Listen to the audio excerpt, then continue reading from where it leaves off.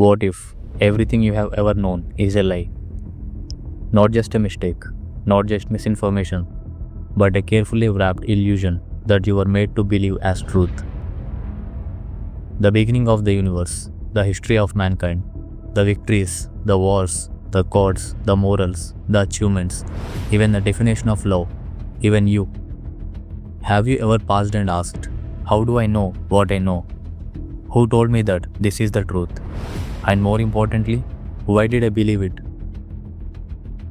Today, in this so-called era of information, we wake up to news in the morning, and by evening, the same news is declared fake. Truth expires faster than milk. We have AI, satellites, fact-checkers, thousands of sources, and still we are confused. One event, 5 narratives. One fact, 10 versions.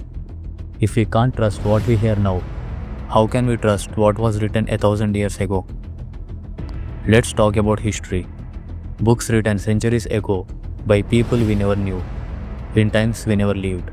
No video, no proof, no cameras, just one man's version. Maybe a king's writer glorifying his master.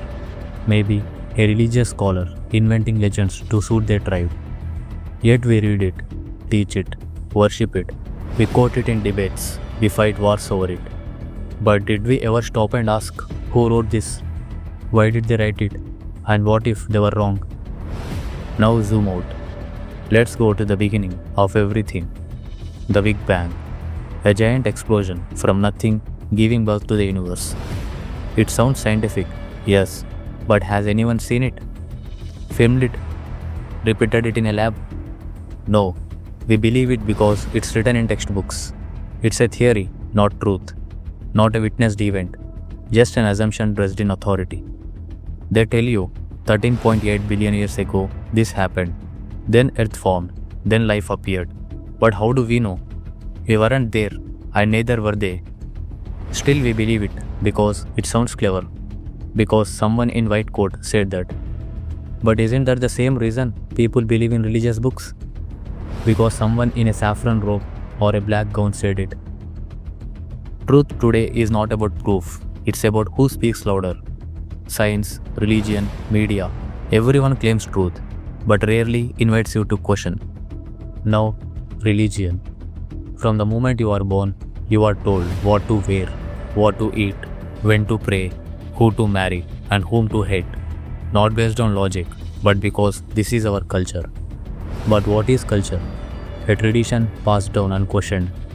You are born in one religion, and suddenly your path to heaven is already chosen. Your God has a name, a form, a book, a set of rules. But think for a second. If you are born in a different country, would you be praying to a different God? So which God is true? The one in your holy book? Or the one in someone else? Or maybe God is not a person, not a form, not a belief. Maybe God is beyond names, beyond religions. But we don't explore that. We just hate the other and follow ours. We follow out of fear, not out of realization. We were told to believe, we were never taught to understand. Love, even love, something so personal, so intimate, is scripted. They tell you what true love means. If they truly love you, they'll marry you. If you love someone, you must be theirs forever. But who decided that? Maybe love is not possession. Maybe love doesn't demand anything. Maybe love is just an experience, not a transaction. But no, society wants definitions, rules, approval. Even your feelings are not yours.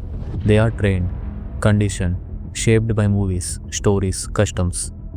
You didn't even choose your name, your religion, your language, your caste. Yet these things become your identity. Ask yourself, who are you without your name, without your religion, without your gender? Do you even know? Let's talk about education. They call it learning, but it's really just memorizing. We are not taught how to think. We are only told what to think. Exams test your memory, not your understanding. Degrees measure your obedience, not your wisdom. They never taught us how to ask questions. They taught us how to give the right answers, the same answers they wanted, the same lies repeated through generations.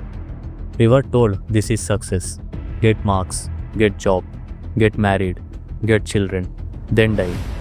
Is that life? Or is that just a script? So now, where is the truth? If news is fake, if history is opinion, if science is theory, if religion is belief, if love is programmed, if education is conditioning, then what is real?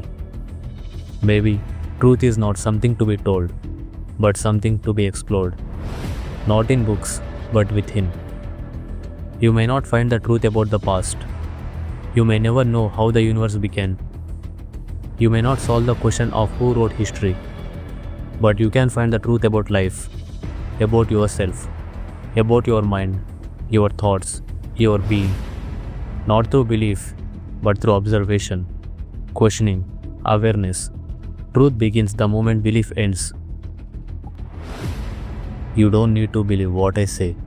In fact, don't believe anything I say. Explore it, doubt it, experience it for yourself. Because truth is not something you can borrow. It is something you become. You may not be able to change the world, but you can change the lens through which you see it. And sometimes that is enough to begin a revolution.